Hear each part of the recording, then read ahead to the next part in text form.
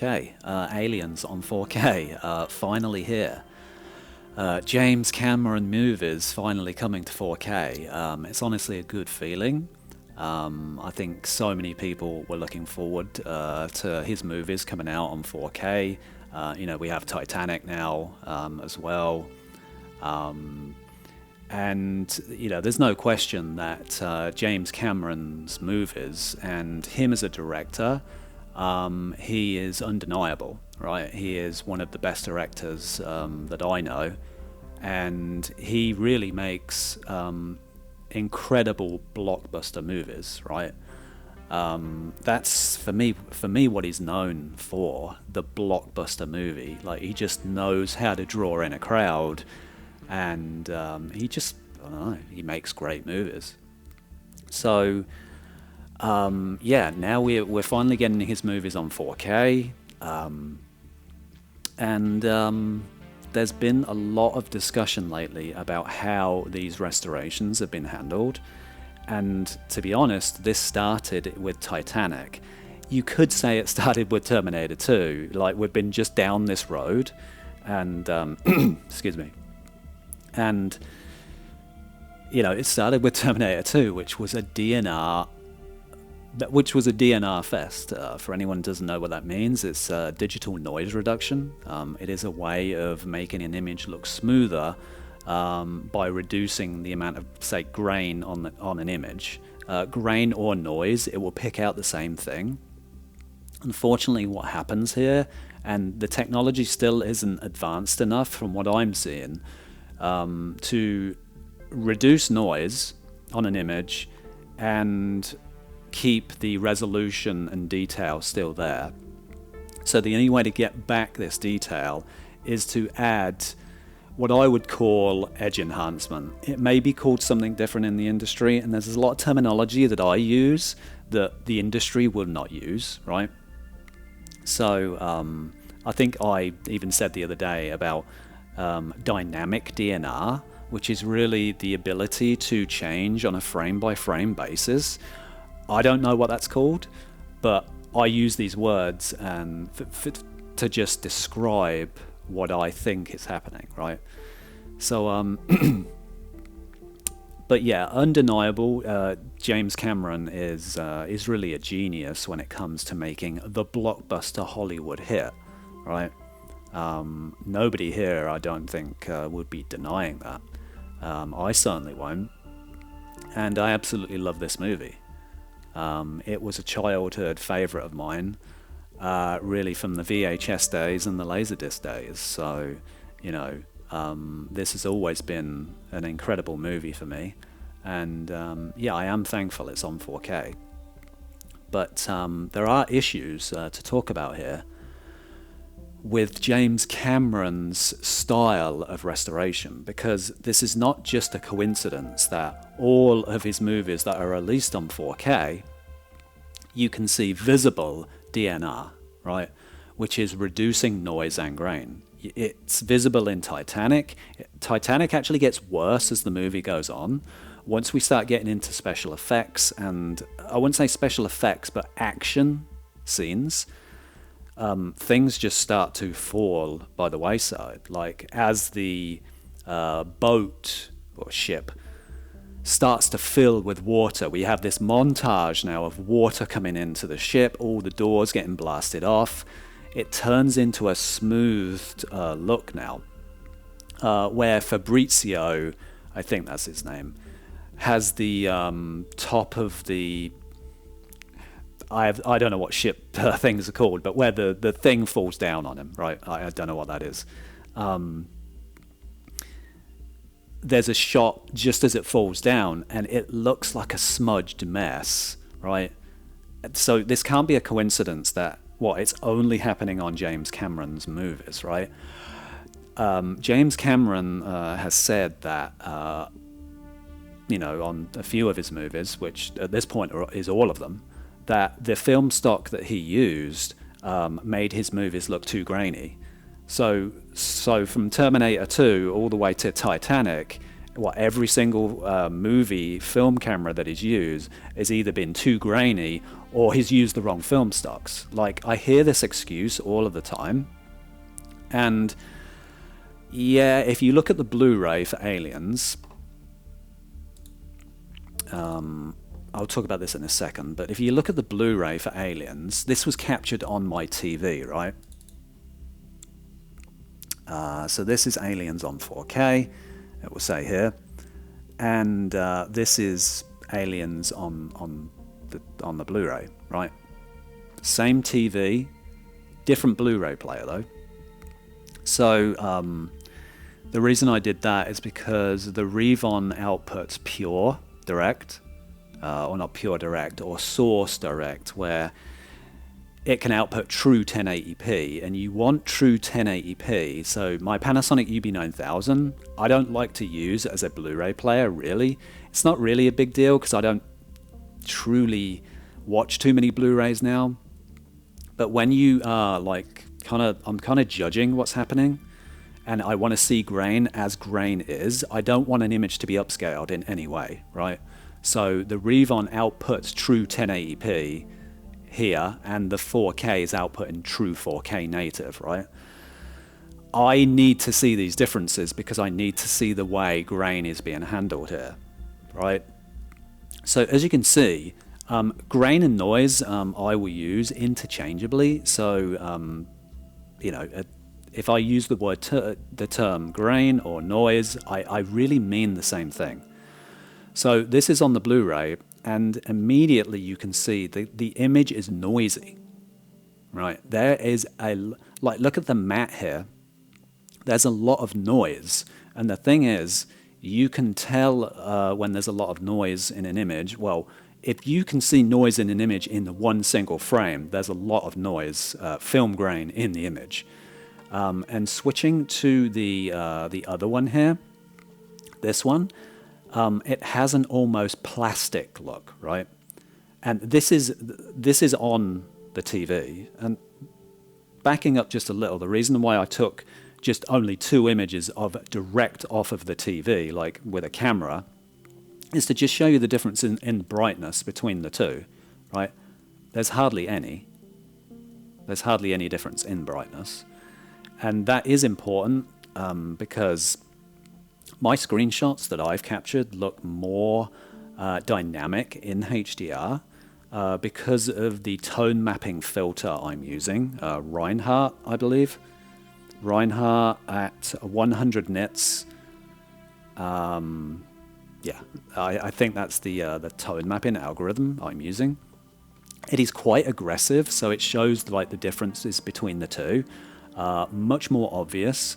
So the first thing you'll always say in every screenshot, say versus the Blu-ray to the 4K, and this is the original Blu-ray, by the way. This is like that, like THX Blu-ray version, when people used to use THX on physical media. And because I didn't want to see the new one on Blu-ray, because it's going to be very similar to the 4K. We're just going to have much lower resolution. Whoever encodes the Blu-ray, they're not going to max the Blu-ray out, right, or anything like that. So it's very difficult to judge it in that way. So I just wanted to see the old one, because the old one, you could say, is unfiltered, right? It's got all this noise. It's got all this noisy stuff going on, right? And to some people, talking about grain in a negative way, I'm a grain lover, but I can see why people do not like grain. That's fine. I'm not so one-sided that everything, you must agree with me. No, it's not about that. It's about what I like, right? The more you watch films, and the longer you have been watching films, and the more seriously that you take films, right, and you want to grab everything from them, the more you appreciate the filmmaking process and the artifacts that come with them. Film and noise, film grain and noise are really an artifact of shooting on film, right? But over the years, people like James Cameron and Peter Jackson, for instance, have, I don't know if they've come out and directly said that they actually don't like this. Maybe James Cameron actually did. I think I saw a video, maybe he did not like the way his movies looked. And probably hearing something like that, you can tell, because to me, the movie looks as though it's digital now, right? It has that digital cleanliness to it, where the soul has been taken out of it. That's my only concern. Now, just going back to film grain and noise, depending on how you look at an image and depending on how I look at an image, grain can actually become a distraction, right? So if you notice here, these are all flat walls, right, with no detail whatsoever. They're just flat walls, flat. Everything is flat here. So grain makes it, your eyes will immediately go to these areas, right? And it actually becomes a distraction to the viewer. So again, I understand sometimes when grain becomes an actual distraction to the image, because it depends also on how people look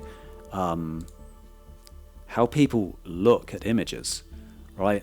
When I view a movie, I'm taking a lot in, right? I'm not just sometimes my eyes do go to places like this and places like this. One of the reasons why I do it on flat surfaces is because I like to see how grain actually resolves, is to make clear, right? I want to see how much clarity and resolution that grain actually has. So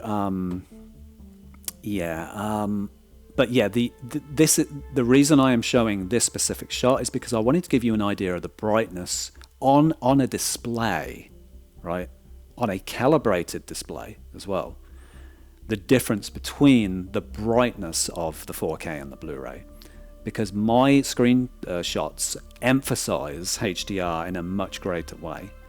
But when you see it on a screen like this, you know, brightness-wise, because this is a pretty bright shot, right?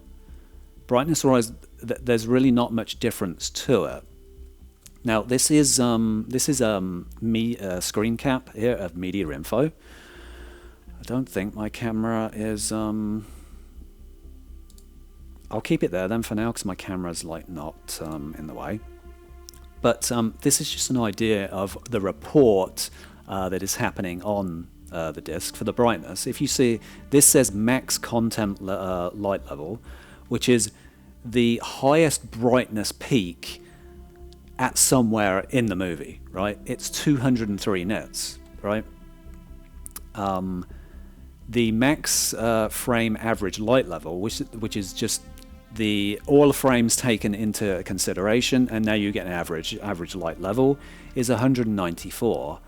The thing is, I'm not sure if I truly believe this average light level, because if the average light level is 194 and the maximum light is only 9 nits higher, I don't know if I truly believe that, right? I just don't. And like people were getting hung up on the average light levels here and stuff like that. I don't really care about average light, and the reason I don't is because imagine watching a movie like Seven, which is an extremely dark movie. The average light level could be 150 nits. Who cares, right? It doesn't matter. What really matters is this, which is 203 nits.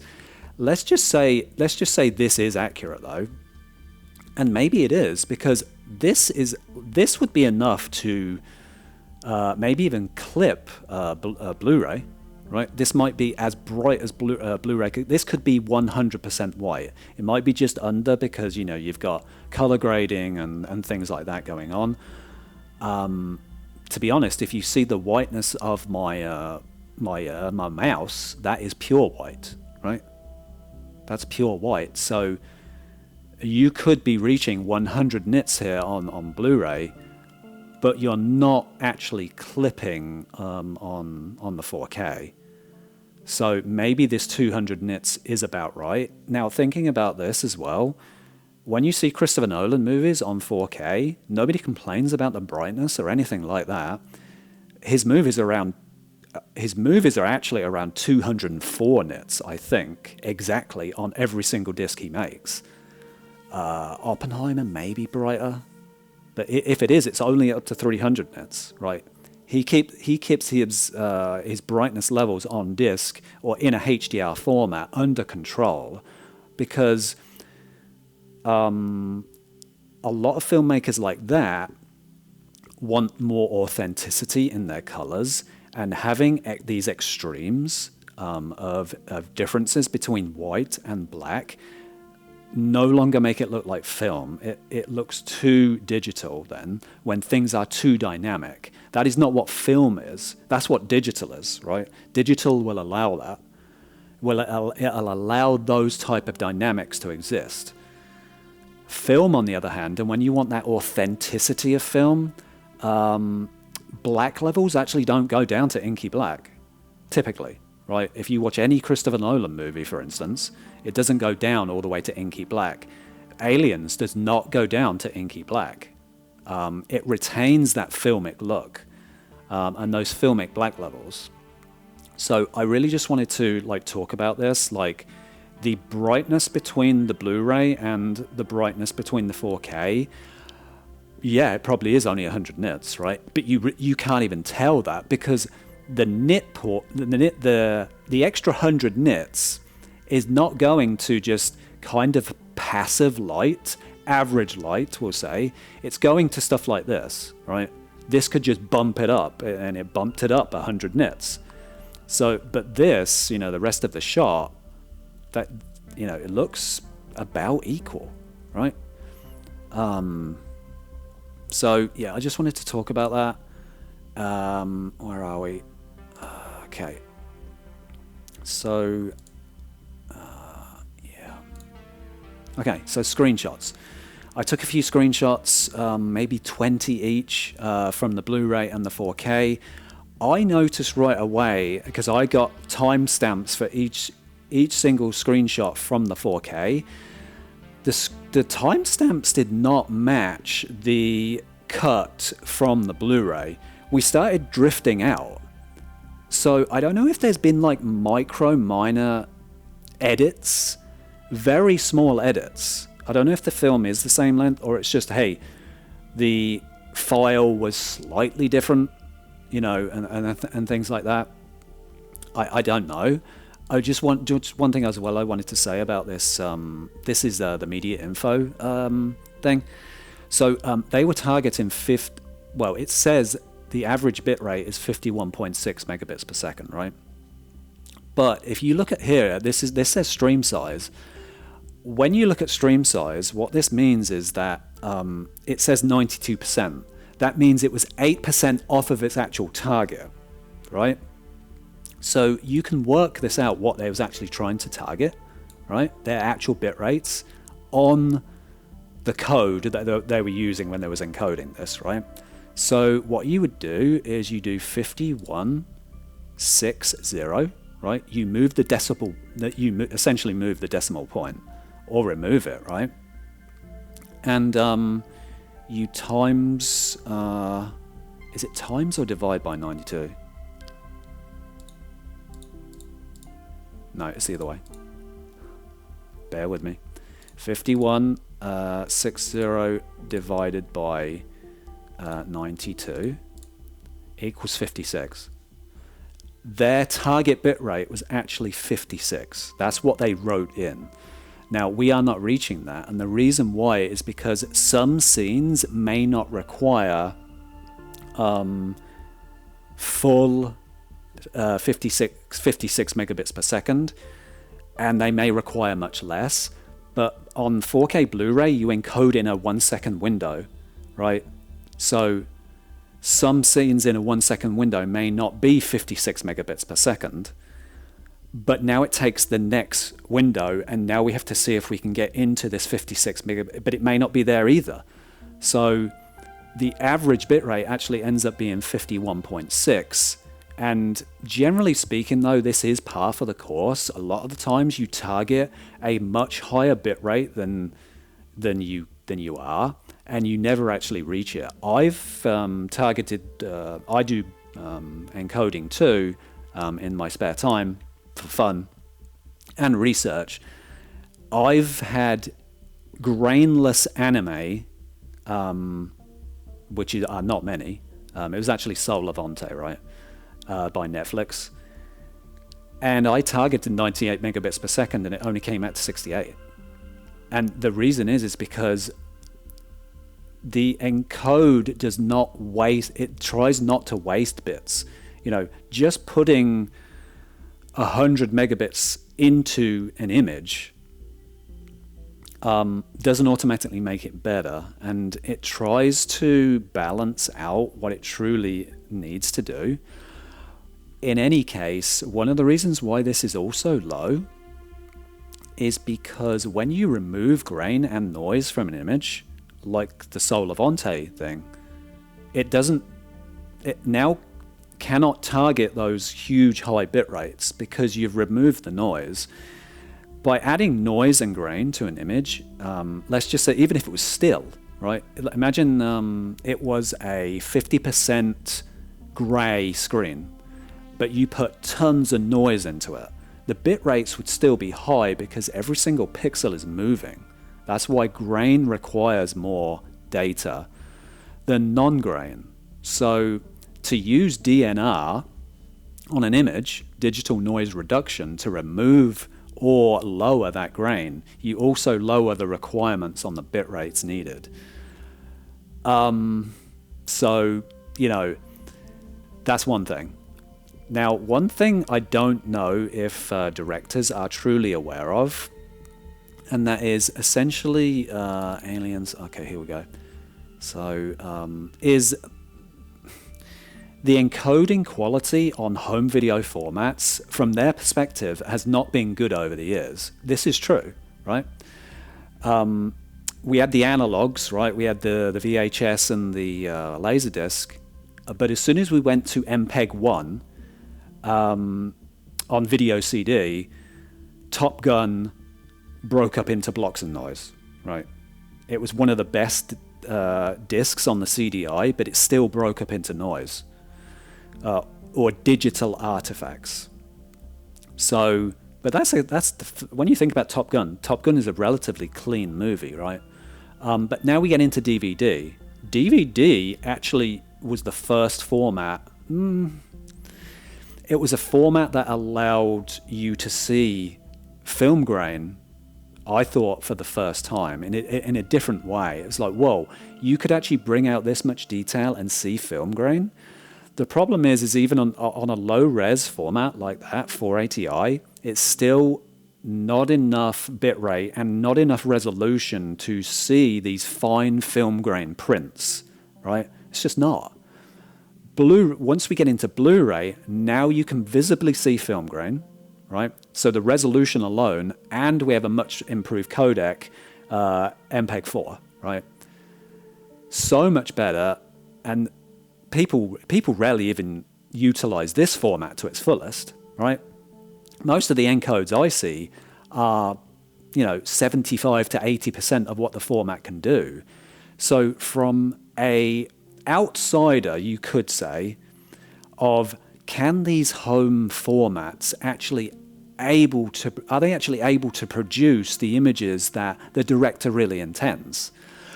For the most part, no, until you get to Blu-ray, and even Blu-ray, the film grain is actually soft. You can't get it to look fine like you can on 4K. Another thing is Disney, since the start of the 4K format, have not been able to resolve film grain in any way because they are targeting these low bit rates, 50 megabits per second. Grain is such a heavy bitrate robber. Like, you need so much bitrate to resolve this grain and make it actually look clear and detailed. I've known, some of my encodes that I've just done to test When you have heavy film grain, it requires 96 megabits per second to get that thing to look its best, right? So, you know, I don't know if these directors have seen how good movies can look under the absolute best conditions. You've always had it left to an encoding studio or Disney, you know, or somebody to try and encode this stuff as good as possible, and then you watch it back and you're like, well, it doesn't look as good as the uncompressed file, that's for sure. Is it better now to just remove all of this noise and grain, make the image look smoother, and make it easier to encode? Must be one of the thoughts that a lot of these people, like these directors like Peter Jackson and James Cameron, actually have. Number one as well, is the target audience the 4K disc, or is the target audience the streaming version, right? If you put all of this noise from the like Aliens that it does have, film grain, on Disney Plus, good luck. It's going to break down into blocks of digital noise and artifacts now, and it looks even worse. This is definitely a consideration, right? Where do I want my movie to look its best? Where the majority of people are watching it on a stream, or for the low percentile of people that are watching it on a disc? So that's really the thoughts I have on this whole process now, and the thought process that some directors must be having, right? So yeah. All right, let's get into the screenshots. Let's get into the actual screenshots now, and really discussing what I like about the disc and what I don't like.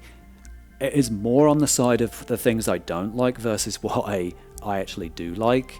I think a restoration like this has definite problems, and obviously, going back to the light discussion, the difference between the Blu-ray here, which will always be duller in these screenshots, versus a tone-mapped version for these screenshots, will always be brighter. But what I'm trying to do here is to see differences in noise, right, and things like that, and film grain, where things actually get blurred out. Now, a few of these shots where there are actually limited light, you do still see noise here, film grain, but the thing is, even when you see it in the backgrounds of shots, it tends to thicken up. One way to think about this is grain playing tag with another piece of grain and another piece, and they're all sticking together and moving together as one, rather than them resolving in individual pixel parts. This is really my biggest problem. And in a screenshot, you may not be able to truly see this. So now here's another thing. The 4K image will always be first, and the Blu-ray will always be second. You can actually see there's not much. See, in certain instances, there's a lot more light, and in other instances, you know, there doesn't actually seem to be much difference in the light. One thing you can see right away is that there is more dynamics, though, in the image on the 4K than the softer looking Blu-ray, right? And that is interesting that I say that. Blu-ray being soft, Blu-ray is actually quite aggressive when it comes to edging and edge enhancement. So, as you can see here, the outline of her entire body, right, her clothing and things like that, it's actually a soft ringing look, right? And you could really hardly tell that there's any real ringing there. But on the 4K, things stand out too much. Like I can see actual edging along the side here, right? And any hard edges throughout this entire movie, they all stand out to me, like significantly. One of the reasons why, again, this is happening is because when you reduce noise in an image, you're also, for lack of a better word, plastering this smoothness over an entire image. So here's one thing as well, is her hair here, it does look clean of noise on the 4K, right? But on the Blu-ray, I can see that there's fine grain noise there. It's everywhere in the image. It is aggressive. And again, when you watch an image like this and you're just watching someone's face, are you distracted by the noise and film grain? Because this is quite a heavy film grain movie on the Blu-ray, and obviously then on the source file too. The source file that they captured this at would be noisy, 100%. But they're doing these After Effects now and cleaning all of this up in the restoration. I would love to see an uncompressed source file of this movie, because what this has done is smoothed out this noise and grain too much, to the point where it actually looks digital, right? This is the problem. So yes, you can actually make out, this is the Blu-ray, you can make out that there is noise and film grain. Even in her hair, it's a very strong look, right? A gritty look. And to be fair though, for the type of movie this is, I can actually see that, right? It's an action, sci-fi, subgenre horror, right? You could say subgenre horror as well. Mixing all of these three together and having this gritty look actually aids in the visuals of the movie. But the 4K doesn't have that, right? This has been smoothed out. And you can tell this in scenes that have fog, smoke, and things like that. It just looks washed, right? I don't like that. It looks artificial. And the thing is, when I watch something on disc and it reminds me of watching something on a stream, no. I don't like that. But again, it's suffering from this the same thing here. So potential ringing on the side of her face here. But on the Blu-ray, it's soft, right? There is soft ringing. There is hard-edged ringing on here, or it's not like camera ringing and things like that, or it could even be like it has an upscale ringing look. If anyone is familiar with the look of Avatar on 4K, it has a very similar look, right? Avatar 4K had to be upscaled from 1080p to 4K. I reduced my score by half just because of that, immediately, right?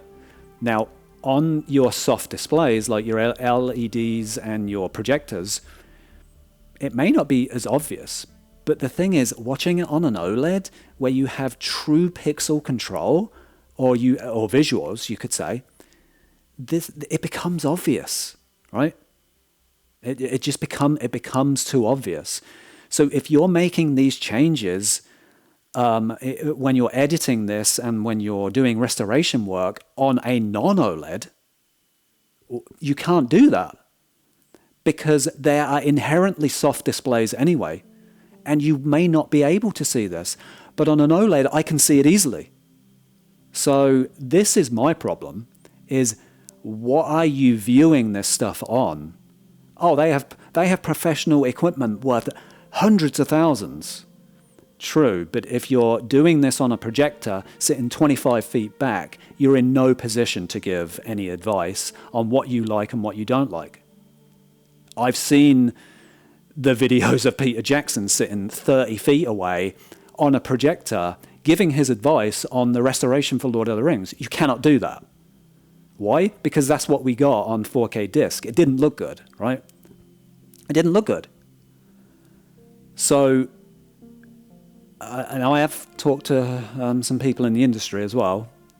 You cannot do it that way. because it's not giving a true representation of the changes that you're making to an image are not represented on the screen that you're watching it on.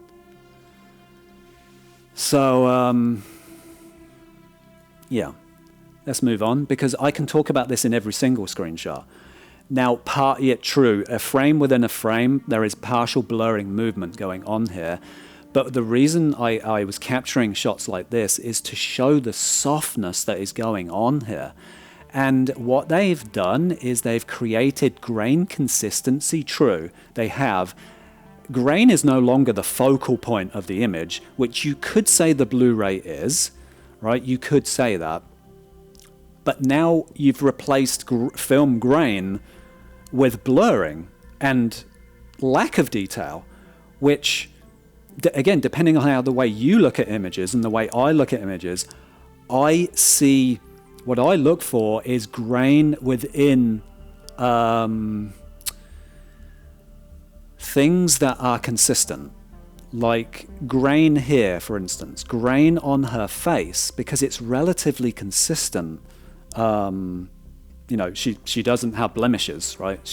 She has a clean looking face, you would say, but significantly more noise everywhere. Sure, we do have more dynamics from the HDR, right? This is probably the strong point, but this is a great example, this shot as well. I literally just saw this. So look at this shot on Blu-ray. This is a shot on Blu-ray. Yes, it is overly noisy, and yes, it is got a lot of film grain to it, right? But when you look at it on the screen, it looks like film, right? It looks like film. Another word for film is analog, right? It looks analog. This, I can see from her hair, it makes it look like Avatar 1, right? Which, what's the camera? GoPro, right? It makes it look like a GoPro. I don't like that, right? I don't like that look. It just some of the edging that is going on here, it just makes it look digital, like a GoPro. Now, I did like the look of the original Avatar. I'm not getting at that. It was done with the constraints of the technology he had at the time. I think for the type and style of movie it was, I think it worked. Sure, we had to upscale it to 4K, right? We have upscale ringing, right? I don't like that, but, you know, it has to be upscaled, right? At least I think it does. Could we put it out on 4K and it not be true 4K resolution, and it be 1080p, and you just allow your TV to upscale it? Maybe that would be better, right? Actually, it would be better, right? Because a lot of TVs I've seen are actually do a better job at the upscaling than they're doing on their end, and then they put it out into disc. So, yeah, I don't like this look, right? I've seen the word purist thrown around quite a bit, with a lot of people having these discussions, reviews, and things like that about what they like. I'm a purist. I want to see something in its most raw form with no digital makeup going on whatsoever. That's what I want. That's what I enjoy. And again, over the years, this has gotten even more, this feeling has gotten stronger and stronger because I have an appreciation for the old classics, right? Yeah, I mean, it really is as simple as that. I am not a fan of this look in any way, shape, or form. Do I dislike the movie? No. Do I still respect James Cameron as a director? Absolutely. He's one of my favorite directors. And to be honest, when you think about it, my favorite director right now is, say, Christopher Nolan. But really, when you think about Christopher Nolan versus James Cameron, I mean, James Cameron's made the biggest movies in the world. Sure, I love Christopher Nolan, but James Cameron's track record speaks for itself, right? Is this the exact look that he wanted to go for? Did he give the green light to the company that did this restoration, and they gave him a demo of, this is the type of technology that we have, this is the type of noise reduction and image sharpness that we can provide. Do you like it? Yes, I like it. Was he there for every single frame? I don't think he was, right? He just said, this is the type of look, yes, I want to go for. Go ahead. But again, yeah, I actually put the Blu-ray on the original Blu-ray, not the one that came with the 4K release. And this is what these screenshots are from. And I did find it a more authentic experience. Now, does that mean I'm going to watch the Blu-ray in protest of the 4K? Probably not, right? That's going a little far. This is now the release that we have. I have actually thought about that. So there's things you can do with files. You can rip the files, the 4K and the Blu-ray, and essentially extract the audio from the Atmos track, extract the video from the Blu-ray, and what's called muxing them together, right? You can do that. You can then put that on a USB and play it on a 4K player. But say a Panasonic UB9000 cannot play files that are uncompressed Atmos files. So I have a Revon, it should be able to do that. But if not, you might be able to play it on a TV, right? TVs have USBs. At the worst, I could bring my laptop in, right? This laptop, connect the HDMI to my C9 and play it that way, and audio return the sound. Do I want to do all this? You know, I mean, maybe I give it a try just to see, hey, can it be done? And, you know, is the timing all okay and things like that? But you shouldn't have to do that, right? Who's going to do that apart from the crazies like me, right? That are like, look, I refuse to watch this smoothed out image, right? Not many people are going to do that. So, there was this was, even though the screenshot doesn't really say this, there was obviously Burke here was talking to Ripley about, you know, we want you to, like, you know, come out with us and we want you to see this place. Or this was even the first time that they'd met. Hey, I'm not such a bad guy. There was a shot, like I think it is this one, that went to Burke, and anytime his face moved, he dragged the grain with him. Because of the digital noise reduction, again, I'm calling it that, colloquially, I don't know, whatever the word is, I'm lightly calling it that. I'm lightly calling it DNR. The industry term may not be that, but I see this on low bitrate streams. Low bitrate streams drag along grain with them because they can't resolve it all. And you've done this by choice to your own source. I don't know. I find it strange. And the Blu-ray, even the Blu-ray could resolve this grain. A trusty old Blu-ray at 1080p. Sure, it was noisy, but to be fair, it was not a bad transfer. It was actually not bad. A little on the old, I think improvements could be made. But to say it was terrible, it actually wasn't. It really is not bad. The grain was actually not breaking up into blocks of digital noise. So, to say this was bad, I really would not do that. Again, another offender here. This is the Blu-ray, and again, I'm looking for ringing, right? And I'm going to call it upscale ringing, even though it wouldn't have been. But it's the sharpness they had to add back because of the softening process that they would have done to remove all of this, right? Look at all of this noise this. Look at this. And we go back, and it's now cleaned out, right? It's cleaned out. It's been completely removed. Sure, we again, the trade here is that you gain much more dynamics, brightness, and things like that. Yes, but you lose really that authenticity of film cameras to a now digital look. And now going back to this avatar thing, it looks ringing around here. It looks artificially sharpened.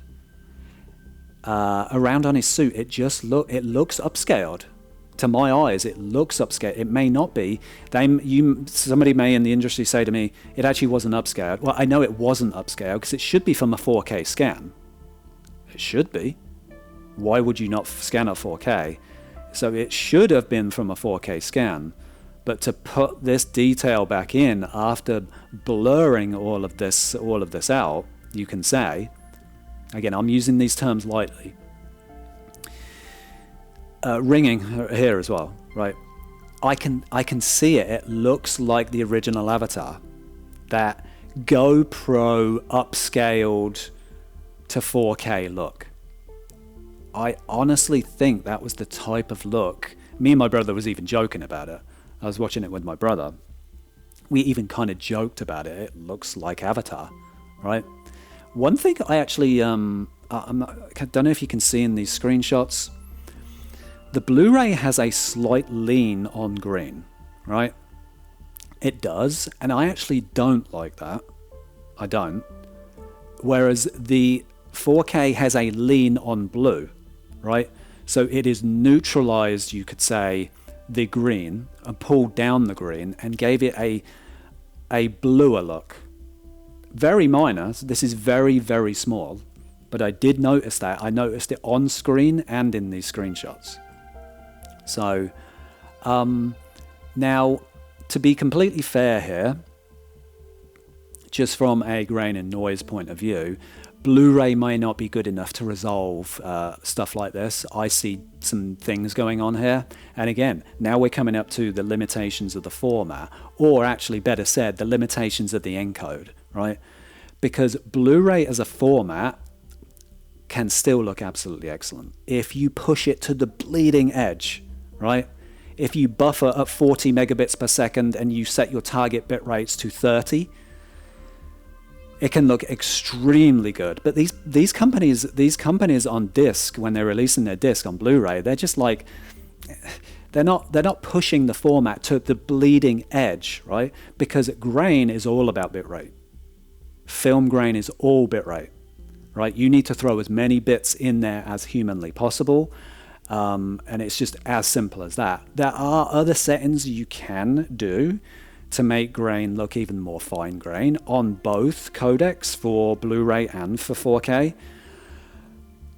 But the majority of this is bitrate, right? And most companies that release discs, even today, if you're not Kino, Vinegar Syndrome, or who's the other? I always forget. Vinegar Syndrome and another one are very similar. If you're not those types of companies, you're not pushing the format to the bleeding edge, and you're not making your content look as good as it can on this format. So that's really the biggest problem. Blu-ray is not a bad format at all, but you've got to max it out. And maxing it out does not take long to encode versus not maxing out, right? This movie, for instance, I can encode this in 12 hours on Blu-ray for the Blu-ray codec X264, right? This can be done overnight easily and retain all of this grain and make this resolve now instead of it turning into a bit of a blocky mess there. So again, look at this. I know I can see it's sharpened. It's got that edgy look. Her hair as well. I see it in the hair, and it reminds me again of Avatar. You don't see this on the Blu-ray, right? Because it retains that natural organic look. Sure, we got the brightness difference. Again, that's really just me, the way I've grabbed these screenshots. and the tone mapping that we've got here. So again, the actual brightness is not really a thing. Now, same deal. I'm probably going to be repeating myself a lot here, but it looks ringed out. It looks edged to me, and you can see this on an OLED. It is very visible on an OLED that this is what they have done to this restoration. So sometimes you get instances like this where you don't actually see much difference in the way grain actually looks. It's still on the 4K, actually looks noisy. But the thing is, again, they're playing follow the leader. The grain is the grain is not an individual. The grain becomes a set of blocks that move together, right? And I do not like that look, whereas the Blu-ray has fine speckled grain here. Sure, again, it may not be perfect at resolving this stuff, but still. And this really throughout the movie is, I mean, a lot of difference in brightness in this scene. And again, just because the average nits on, say, the Blu-ray are 189? I think it was 186, maybe 186, something like that. It really doesn't matter, right? Because you can still get very bright shots from highlights maybe that you can't see on screen. The way it illuminates an image is better on the 4K. And as well, with that said, the 4K, see again, Blu-ray's struggling to actually resolve this, right? Because of what they're doing. This would have probably been Fox at the time, encoding this. And yes, it is a long movie, and it does have both cuts on it. That is true as well. I don't know if they put the extras on another disc. You know, so we have constraints even on the Blu-ray, right? So when a director sees this and says, that's not the way I want my movies to look, somehow I have to control this, and maybe the only way for them in their mind was to say, I'm going to bring grain consistency to this entire image. It's consistent. That is one thing. I mean, that's one benefit you could say, but unfortunately it does lose its soul a little here by going from an analog image to a digital image. And this is really just the whole thing here. I can see the edging already as soon as I switch to it. My eyes go here. I can tell this is sharpened. I can just tell it's sharpened. You know, grain has definitely been controlled here, whereas you get a bit more of a natural look here. One thing on his seat here, you can see is no, you really can't. I was going to say the grain consistency, but let's look at color grading, right? So this seat here, right? Look at the two. I was going to say 235. This is a 185 border, yeah. It looks closer to blue, which again pushes green out, or the green has been slightly tapered down, but it gives the movie a more sci-fi look. This blue, slightly leaning blue look, slightly, right? It's not completely obvious, but on this, it's not that color anymore. So, yeah. So, obviously, it does have a lot more brightness. We might even be clipping on this shot. But again, this is really, again, the capture process, so I wouldn't necessarily worry about that. On your display, you will have Dolby Vision. It will tone map this, actually probably more closer to this. So, but again, really, what do I look for? Plain backgrounds, right?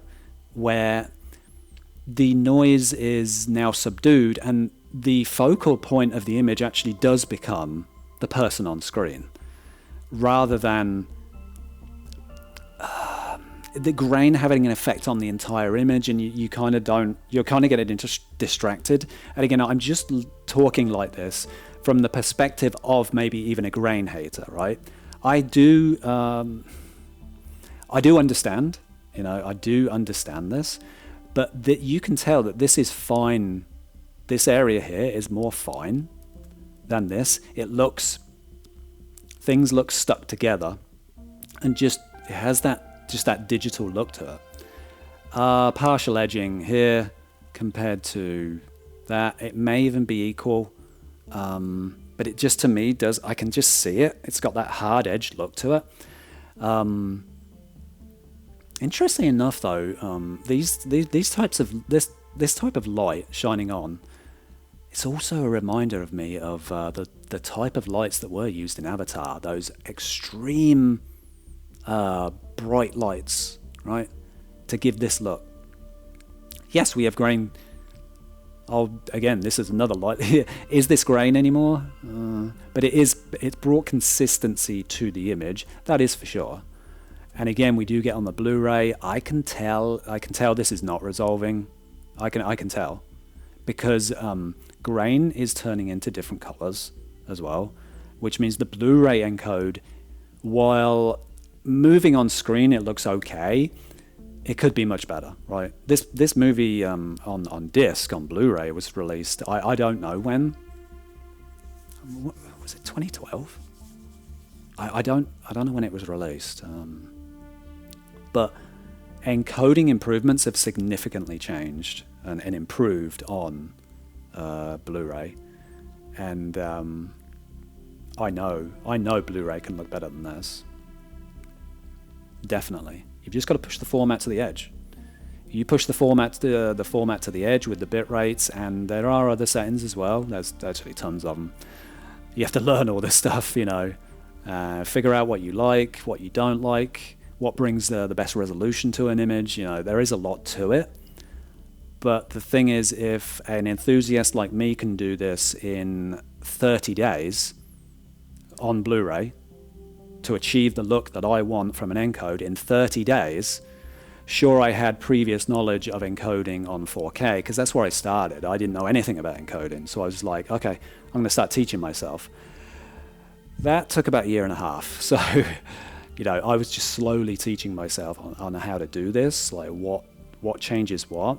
So having a background in it gave me a lot of knowledge going into Blu-ray of, okay, I already know what these types of settings do and things like that. But this can look better. Even the Blu-ray can definitely look better. Now again, this screenshot here, it does lean blue, right? It leans blue from more light in the background, right? Instead of green, like in this corner here, right? We're a lime color, but really not here on the Blu-ray. It's actually a different color. There's more light in the shot. I really caught this shot. I just wanted to show really the difference between black. This is kind of like film black, and obviously the 185:1 border is true black, right? On an OLED, you don't know this border is here, because black on an OLED is black, right? It's actually pitch black. So you just see film black here. And the blacks are not, you can even tell on the Blu-ray, black is not absolute black. It's not inky black, which does remove some contrast from the image. You know, if you can go on your TV now and increase the brightness in the image, and once you go too far, you lose contrast. It spreads out, right? So you lose dynamics. Bringing the black level in to a certain point gives you more dynamics, but 4K and HDR give you more dynamics and allow you to retain black levels that are actually above black, right? So this never crushes. There is nothing going on here with actually blacks crushing or anything like that. Blacks do not crush. So from that perspective, the color grading, I think that does look better. You do have more light output. You do have more things like this. From that perspective, again, it does look better. I can tell this is edged out. These little fine things here, they have this edgy. Again, unfortunately, I'm going to use the avatar terminology here. It does look, it just has that look where it just appears to have an upscale, which is really due to them trying to bring sharpness back into an image. So now if you can see here, the 4K actually does look sharper, right? Like here, right? It does look sharper, which it potentially should, because they're trying to almost artificially bring this resolution back in. Obvious differences in brightness may not be so obvious on a TV. I found this interesting though, because at first you think the point of this new technology and this type of restoration is to remove all noise. Well, there's only so much they can do, right? Because the difference in noise between these shots here, see, I watch this movie, and I've watched it. I'm watching his other movies as well, and that, and I'm like, there's still grain in the image. It's just been put way back to the wayside, you could say. But I see the backgrounds of shots still moving, and does that look better or worse than lots of grain moving, flickering you could say flickering and moving all at the same time? Yeah, maybe. I mean, again, to a grain hater, it does become a distraction, because that's where my eyes go, right?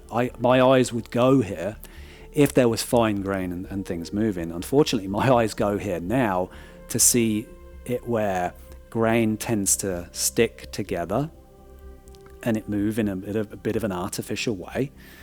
So again, what do I see? This, yeah. I see it right away that there is this edging that is not there on the Blu-ray. But look at the noise. Look at the film grain on this.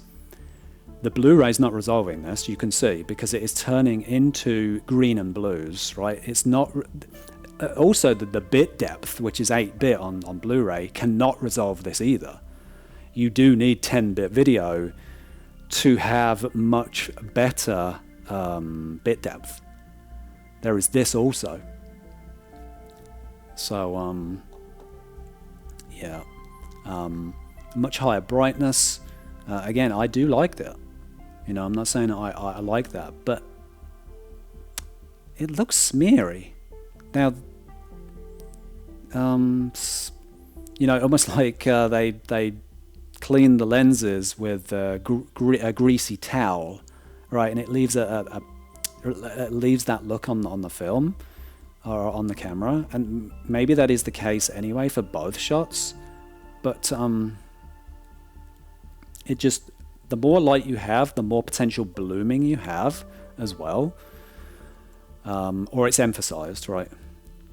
I'm fine with that, but again, it just looks a little too unfilmic for me, non-film like. So, yeah, this is a shot of Newt. Really good shots, these two here.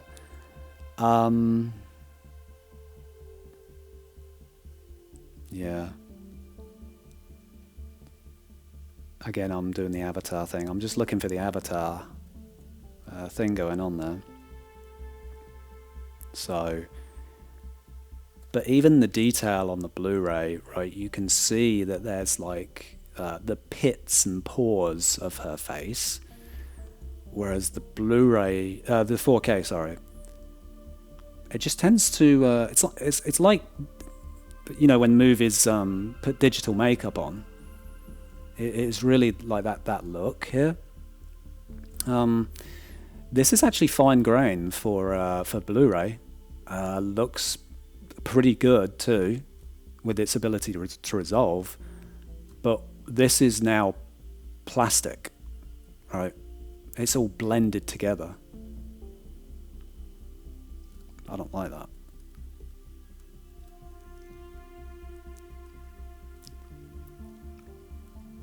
So, yeah, that's the last screenshot. And this shot, though, for me is just, I don't know, it feels haunting to me to see them both like kind of lying there.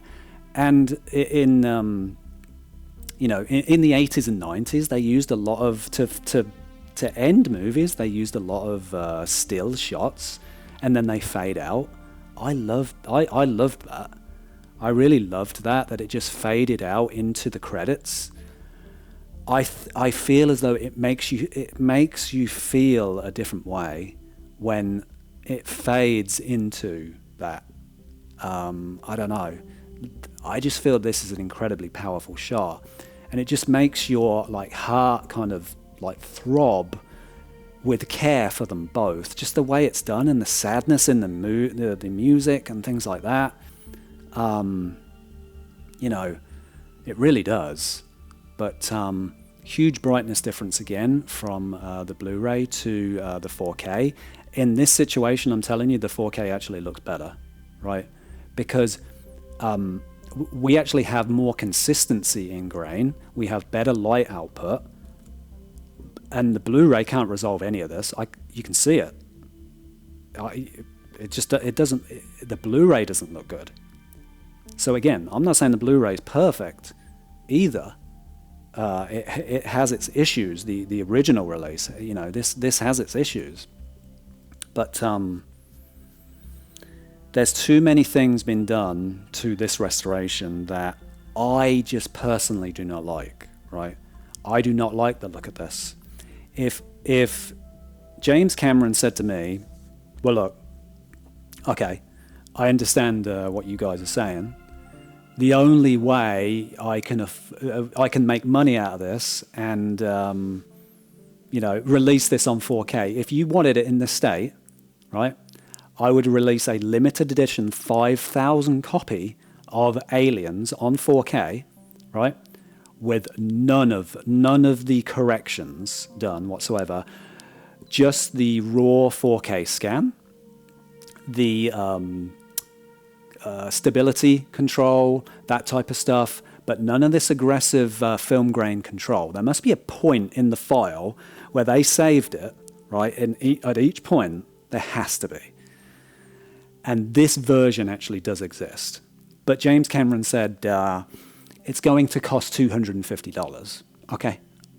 Then it's $250, I'm going to buy it. It's a 5,000 limited edition special edition. It's the Aliens raw feed edition, right? For the video files out there. I'm buying it. I'm buying it because that is the version I want to watch. Because this, to a grain hater, the grain becomes a distraction in the Blu-ray, but to a non-grain hater like myself, the digital noise reduction becomes a distraction to me now. And that's the thing. I could not watch this movie in peace because every single shot was plastered with this look. I don't like that. I just don't like that. Right? I do not like that. I own a website, HD Movie Source. Isn't it in my interest to sell you products, right? It is. But I'm not going to destroy my own beliefs and my own integrity to sell you a product, right?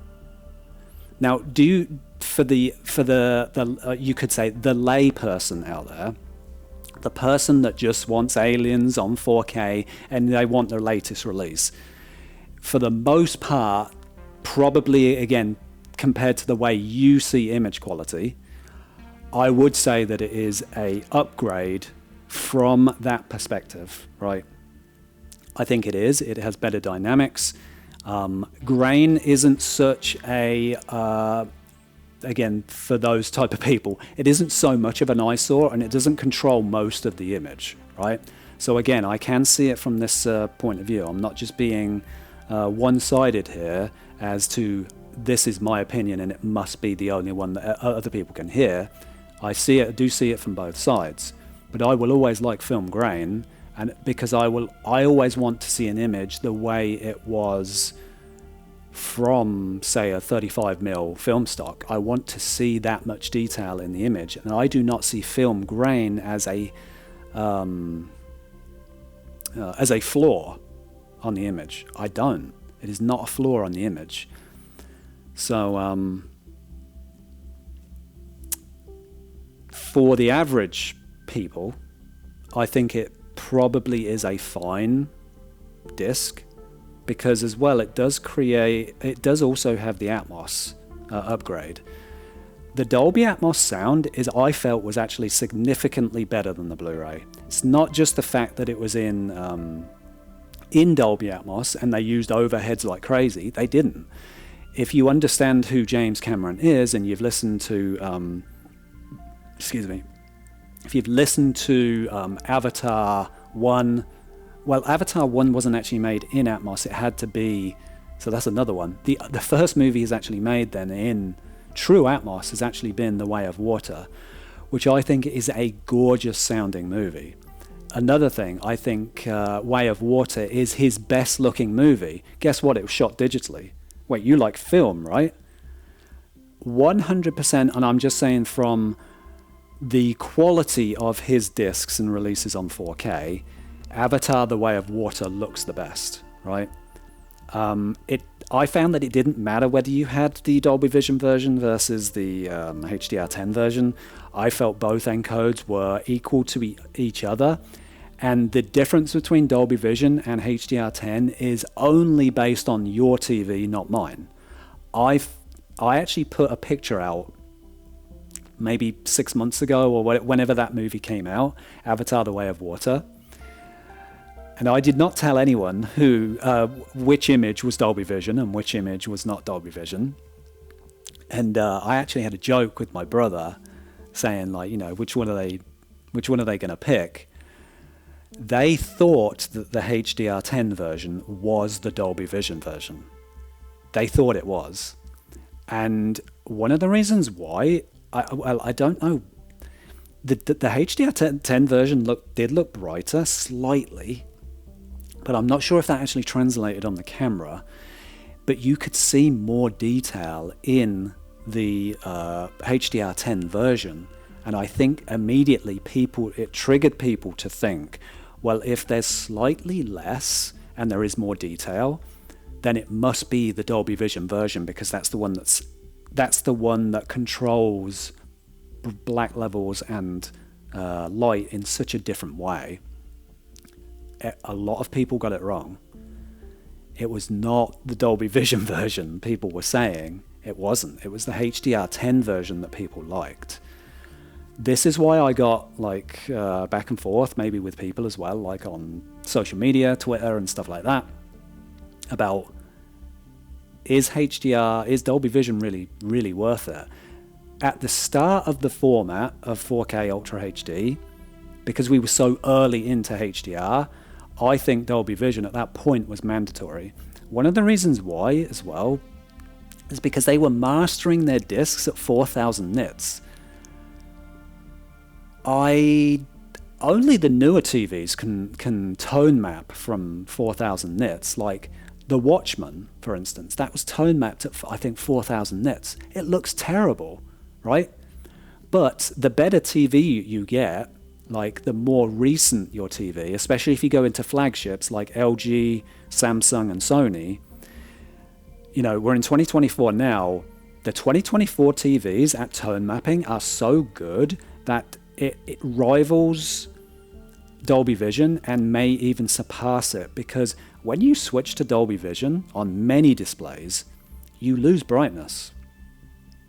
And you know, some people don't like that you're reducing, it almost feels as though you're reducing brightness by 5-8% to just have, you know, potentially better bit depth. And I found that movies shot on film don't have bit depth errors anyway. So what you get out of Dolby Vision is potentially even less, unless again, the container was 4,000 nits If the container is 1000 nits, the difference between Dolby Vision and the HDR10 versions becomes so small. And the reason they become so small is because TVs can tone map to 1000 nits with their eyes closed. Maybe not the low budget ones, right? If you bought like downstairs, I have an LG, it's Dolby Vision and HDR10. It's like a 27 inch or maybe 30 or something like that. Guess what? Dolby Vision looks terrible, HDR10 looks terrible. The best it actually looks for that TV downstairs is actually in SDR. The grayscale is better in SDR as well. I've measured it and calibrated it as well. It's better in SDR. So these low budget TVs can't even display HDR and Dolby Vision correctly. Even in the high end models, the bleeding edge models, like Sony do not implement Dolby Vision correctly. And it takes even LG to implement it correctly. And even then, it took till about the C1, maybe even the C2, to fix Dolby Vision black levels. So it isn't always the best thing to do to immediately say it must have Dolby Vision. Yeah, maybe I agree with you back in the day, because everybody was mastering things at the wrong nits. But Disney, for example, master everything on disc at 1000 nits, which just about reduces the need for Dolby Vision in any way, unless you are dealing with absolute no grain material. It is complete digital animation, which is rare. Most people still put grain even on animations. And you need absolute precision on bit depth, right? You can't have any banding whatsoever. Maybe, but I've still seen discs that are animated and grainless and still don't have any bit depth errors as well on my display, an LG C9. So, yeah. Just really talking about the differences there between Dolby Vision and things like that. Maybe not necessary. If you felt as though you actually need more brightness from this image, because I think Disney do Dolby Vision well. And what I mean by that is their encode is still extremely high quality, and it doesn't seem to impact the image whether you turn Dolby Vision on or off. Whereas Warner Brothers, on the other hand, if you turn Dolby Vision off and then watch Dune, it doesn't look good, right? It doesn't look good. You can see artifacts and breakdown in dark shadow areas. It actually requires Dolby Vision to be turned on to make it look good. Sony don't do this. Sony have incredible encodes. You can put the HDR10 version on or the Dolby Vision. You can turn them off on the player, and they both look good. Disney do this too. Like, you could turn it off and it still looks extremely good. So that's the thing. It's dependent on discs. Most discs, though, look completely fine if you turn Dolby Vision off. And the differences are extremely small.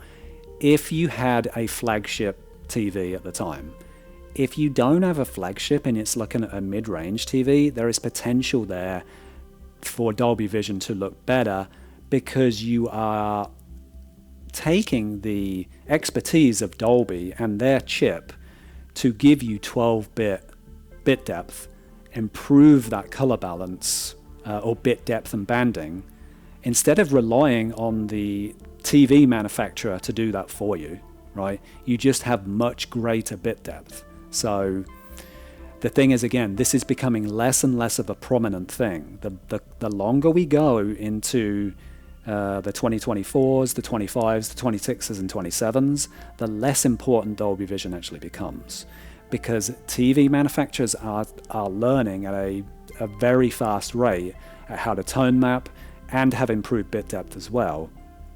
And you're not really going to be able to tell the difference between the two, apart from the fact that when you turn Dolby Vision on now, it actually becomes darker. So, again, only by maybe 5% or so. Dolby Atmos, really quick. Again, yeah, I think the Dolby Atmos was an excellent addition to this disc. And again, if that is really the reason to upgrade to this movie, yeah, I think it is actually. It's Dolby Atmos. It doesn't go, again, James Cameron doesn't go out of his way to isolate sounds in the back and isolate sounds in other channels. If you listen to Avatar: The Way of Water, that is a closer rendition to his style of mixing, which is maybe he'll use the rears and things as needed, but he likes to include a lot of music all at the same time to give this grand sound thing that's going on here. This happened in this movie. To say that there's like isolated sounds of things happening here and there, not really. But one thing is when they land on LV 420, is it? I think it is. And it's raining, you do hear the rain all around you, and it's like, wow, that's a really nice upgrade in sound that you don't get as well on the Blu-ray. Another thing is harshness. The Blu-ray to me sounds harsh, like some of the shrill sounds, it kind of rings in my ear, and the 4K, the Atmos mix lowered that. It made the mix smoother. It also provided really decent bass. And there's a few scenes in Aliens on the Blu-ray that sound actually boomy and just too much. This balances that out, and it gives a nice level of bass. Now, is this reference bass? It's not.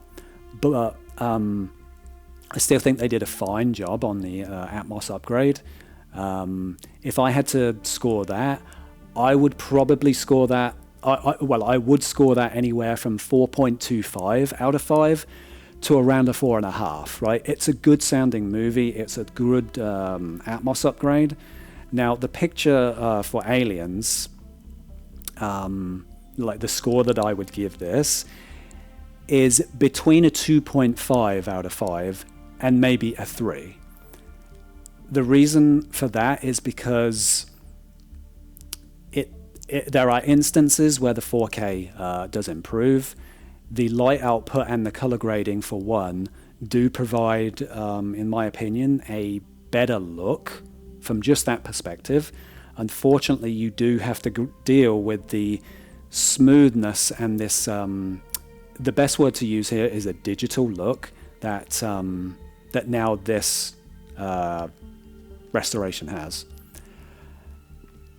You know, you could say from a certain point of view it is a coin flip, but the thing is, even for me, right, I think I'm prepared to move on from my Blu-ray. It's going to stay in my collection, right? I'm not saying it isn't, and maybe one day you look back at it and things like that, but I kind of am also out with the old and in with the new mentality. You know, this is... you could say the director's intent and the director's cut. I don't appreciate the look too much, but I don't and didn't let it interfere with my love for this movie. I love this movie. I'd love to watch it again, and even on 4K. But it does become a little bit of a distraction, and I just find it a little bit of a missed opportunity, especially for disc lovers, right? The physical, I would have almost wished they'd have separated the streaming version to the disc version, because the disc, even if they allowed Disney to encode this disc, right? Disney's encodes have come a long way. Disney's encodes lately look as good, if not better, than a lot of indies. Maybe I won't say better, but they've caught up to even that point, and it's impressive what they've actually done. It's weird that they make all these changes, they do great encodes, and then they say, you know what, we're not going to release discs anymore. We don't think it's working for us. Our model just doesn't work. It has to go through too many people to get things approved and all this type of stuff. And they just can't make this physical media thing actually work for them in a profitable way, so they gave it to Sony, right? Luckily, Sony have access to the best encoders in the world, right? So, you know, Sony are just like, they're going to look after Disney, right? And that's another thing here. I know it's like kind of separate companies and things, but if James Cameron was worried about, hey, the film grain doesn't resolve correctly on, say, the 4K, give this thing to Sony. Like, Sony know what they're doing when it comes to encodes, right? But again, to be fair on Disney, they've caught up very highly lately, and most of their discs, I'm not saying their content, I don't like pretty much any of the movies that they're releasing, these modern day movies, at all anymore. But I won't deny that their transfers are really good. Yeah, so I mean, look, I'm probably rambling here. Like, I've been rambling the whole video about, just the way I see things and things like that. Again, to say that this is a massive upgrade, it really depends on which side of the fence you're on. I do think that it was prioritized more for streamers than it was for people with a disc, right? What you can achieve on disc is absolutely spectacular, right? Spectacular. I mean, look at Oppenheimer. Look what Universal did to Oppenheimer. Sure, it is low noise, and it is a little unfair to look at it that way. Christopher Nolan does use low noise, low film grain cameras. But, the 4K format can just look incredible. I mean, look at Lawrence of Arabia, right? Sony did that transfer and they put it over 2 discs, and it looks absolutely gorgeous. And it looks filmic, and it does not look digital in any way. That's what I want. That's the look that I want, and that's the look that I love from films. So to see this is a little bit disheartening for me. Somebody that really appreciates that film look, because I can get this look on a stream. Just put Netflix on, or Disney Plus on, Peacock. I don't know which one's worse at this point, but no, I mean, look, Netflix from that point of view does do good encoding for what they have, right? They are the leader in the industry for what they have, but you can tell that the cheap subscription that they have, they've just lost all quality on their streams, right? And they're probably putting it a bit more now into their HD streams, but that's the problem. How much do you have to spend to get this type of quality? Well, really, you can only do it on disc. You still can't do it on streaming, right? You can go on any plan that you want on the streamers, and you're still really wishing for disc quality. They're not there yet, and they won't be, honestly, and I don't think it's there until about the next 20 years. I really don't. If you see the way and speed that codecs are changing, moving, and upgrading, it's still too slow, right? New codecs come every 8 years, and to be honest, it's going to take at least 16 years to get to the point where, hey, maybe this quality on disc looks as potentially even as good as a stream, or the other way around, sorry. Streams look as good as disc. It's just too far away right now.